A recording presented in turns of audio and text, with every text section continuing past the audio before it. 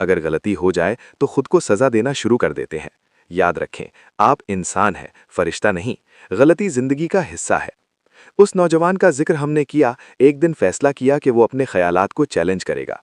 जब भी दिमाग मनफी कहानी बनाता, वो पूछता, क्या ये हकीकत है या मेरा खौफ? उसने रोजाना वॉक शुरू की, सोने से पहले मोबाइल बंद करना शुरू किया और दुआ को मामूल बनाया। चंद हफ्तों में उसने महसूस किया कि ख्यालात आते तो हैं, मगर अब वो उनके गुलाम नहीं रहे। असल ताकत ये नहीं कि ख्याल ना आए, असल ताकत ये है कि आप फैसला करें कि किस ख्याल पर यकीन करना है।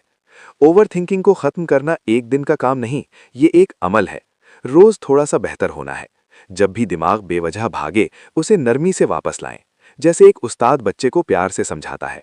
याद रखें, ज्यादा सोचने से मसले हल नहीं होते, अमल करने से होते हैं। एक छोटा कदम उठाएं, जिस बात का डर है उस पर अमली इकदाम करें। अक्सर डर खुद ब खुद कम हो जाता है।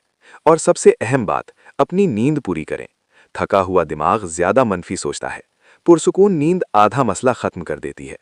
अगर आज आपका दिमाग बहुत शोर कर रहा है तो रुक जाएं, गहरी सांस लें, अपने दिल पर हाथ रखकर कहें, मैं महफूज हूं, मैं अपनी पूरी कोशिश कर रहा हूं, बाकी अल्लाह बेहतर करेगा। जिंदगी को हर वक्त हल करने की जरूरत नहीं, कभी कभी इसे जीने की जरूरत होती है।